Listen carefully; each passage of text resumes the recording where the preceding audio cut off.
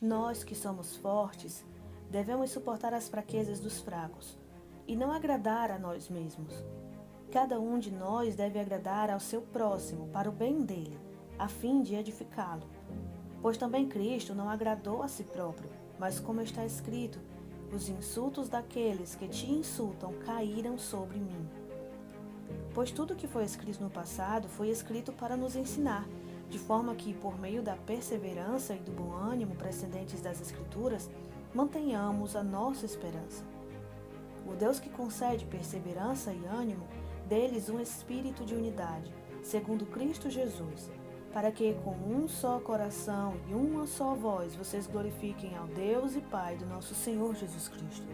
Portanto, aceitem-se uns aos outros da mesma forma que Cristo os aceitou, a fim de que vocês glorifiquem a Deus.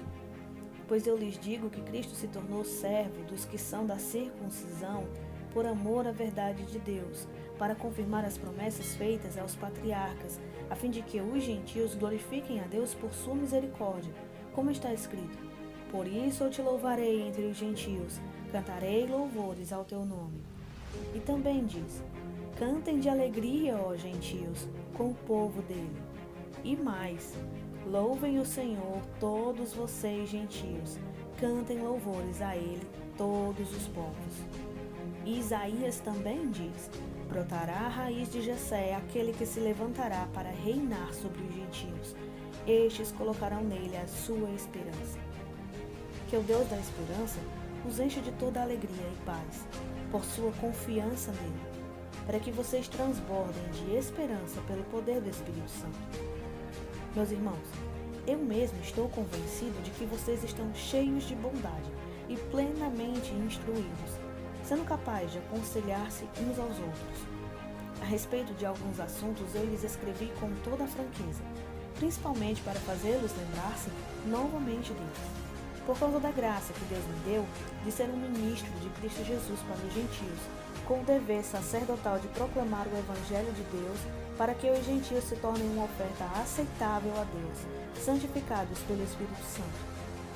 Portanto, eu me glorio em Cristo Jesus, em meu serviço a Deus. Não me atrevo a falar de nada, exceto daquilo que Cristo realizou por meu intermédio em palavra e em ação, a fim de levar os gentios a obedecerem a Deus, pelo poder de sinais e maravilhas e por meio do poder do Espírito de Deus.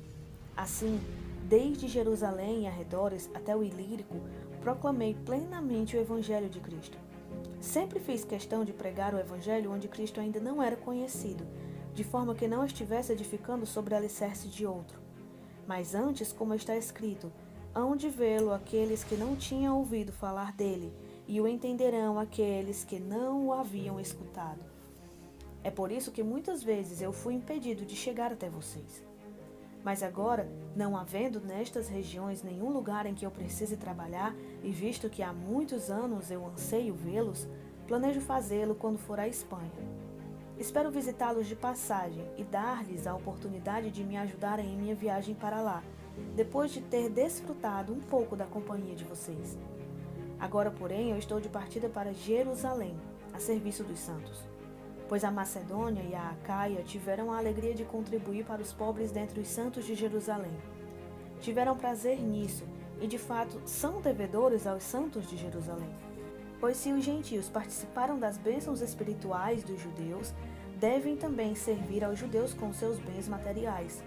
Assim, depois de completar essa tarefa e de ter a certeza de que eles receberam esse fruto, irei à Espanha e visitarei vocês de passagem. Sei que quando eu for visitá-los, irei na plenitude da bênção de Cristo. Recomendo-lhes, irmãos, por nosso Senhor Jesus Cristo, pelo amor do Espírito Santo, que se unam a mim em minha luta, orando a Deus em meu favor. Orem para que eu esteja livre dos descrentes da Judéia, e que o meu serviço em Jerusalém seja aceitável aos santos, de forma que, pela vontade de Deus, eu os visite com alegria e, juntamente com vocês, desfrute de um período de refrigério. O Deus da paz seja com todos vocês. Amém.